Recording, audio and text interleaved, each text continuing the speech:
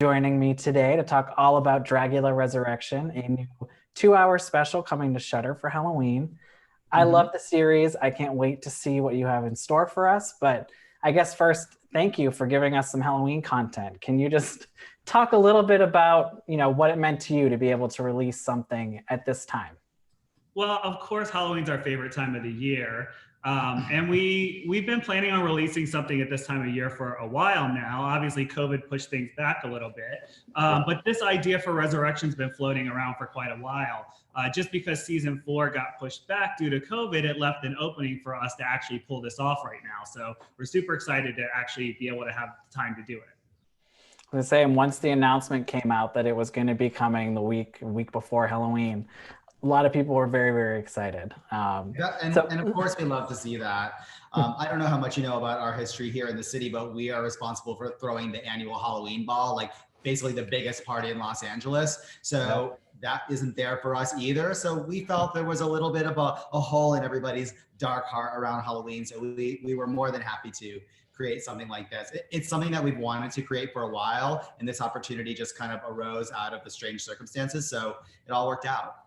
I was going to say, as an LA resident, I have been to one of your parties. It is a fantastic time.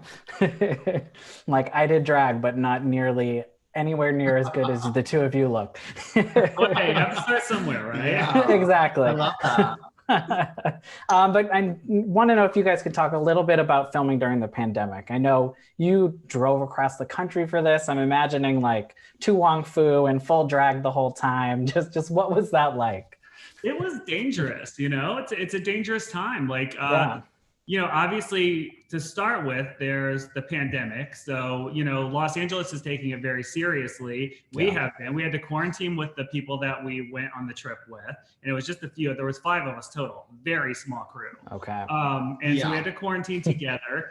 And then, as we were leaving, we were noticing as we were getting to some of these places that were red zones, that were not taking it so seriously. There was a lot of people not wearing masks. There's a lot of people just going to restaurants. And I mean, it was kind of terrifying, honestly. Coming from LA, where it seems like we've been in like a post-apocalyptic kind of scenario, and then you go outside and people are pretending like nothing's going on. That was pretty terrifying. It was truly shocking. And it was one state after the next, and we were gone for weeks. So, we quickly learned, like, once we got over the mental hump, which happened like day 1 or day 2, we kind of looked at each other and we were like, holy shit, like, this is happening. This is kind of crazy. So we felt like our team was a little in danger, and it was kind of important to us to just keep everybody as safe as possible. Not only the competitors, but our crew. And because, we were traveling around in spacesuits in our little van bubble, and we tried to keep it as like non-toxic as possible, and we succeeded, of course. Yes.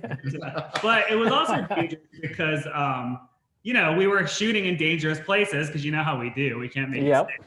So it was kind of, between the pandemic and that, it was just kind of terrifying, but kind of exciting at the same time. And I think the press release said you performed some of the performance, or did some of the performances in haunted spaces or abandoned train yards. Can you talk a little bit about those? And did you notice spooky things other than what you all brought to the locations? Well, we can't really tell you too much. What I can say is, like, there are a lot of Americans that are actually really scary. That I believe.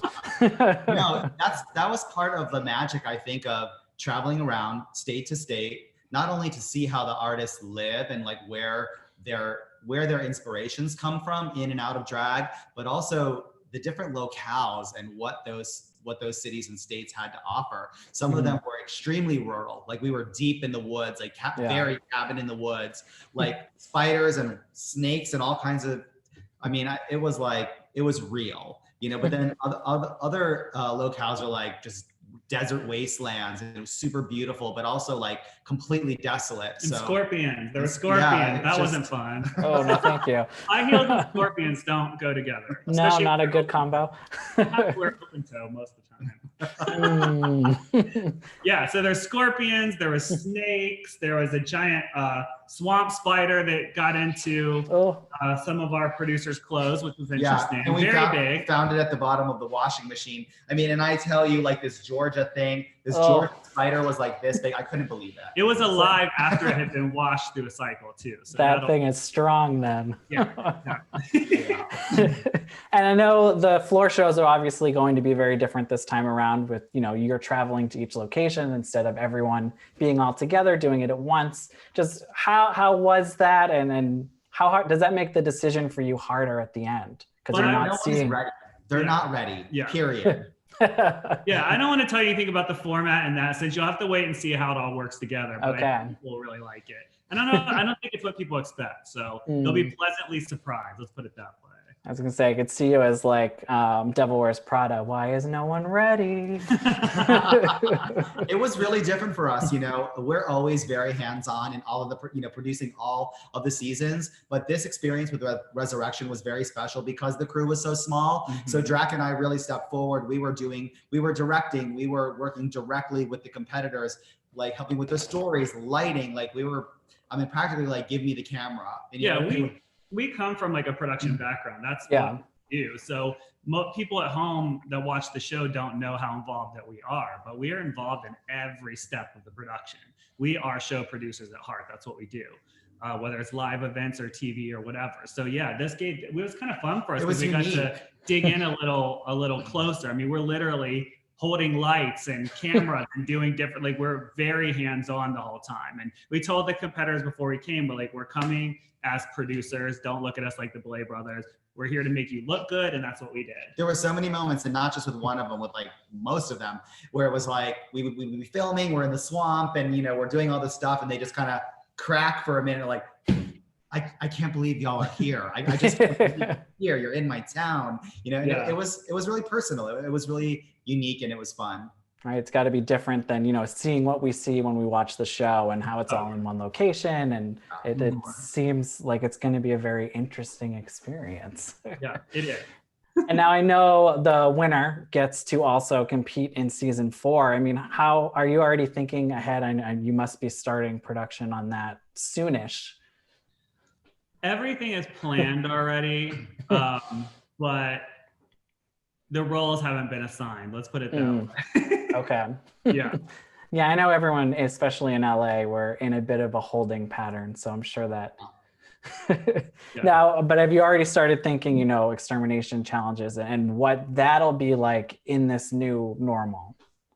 I think one of them should be to get through Alabama and not catch COVID. I think that should be one of the. That's probably difficult. Look, I think things have been so touch and go since all of this started. So we're only planning ahead just so much. We can be flexible. We have tons of ideas. We want the winner of Resurrection to have their moment and be celebrated before we open. Obviously, even on the regular seasons, the death scenes are always incredible. Just the trailer alone, it looks super cinematic. What was it? Was it nice to have that extra layer this time around? And what did that really bring to the process, I guess? I think in short, what you're going to see with Resurrection is some of the most cinematic and beautiful footage of drag that I think is out there, period. The floor shows are incredible. We basically expanded all of the sections of the show. So the Boulet cinematics at the beginning, the deaths, the floor shows, even the footage of us traveling, like the intimacy of their lives. It's special.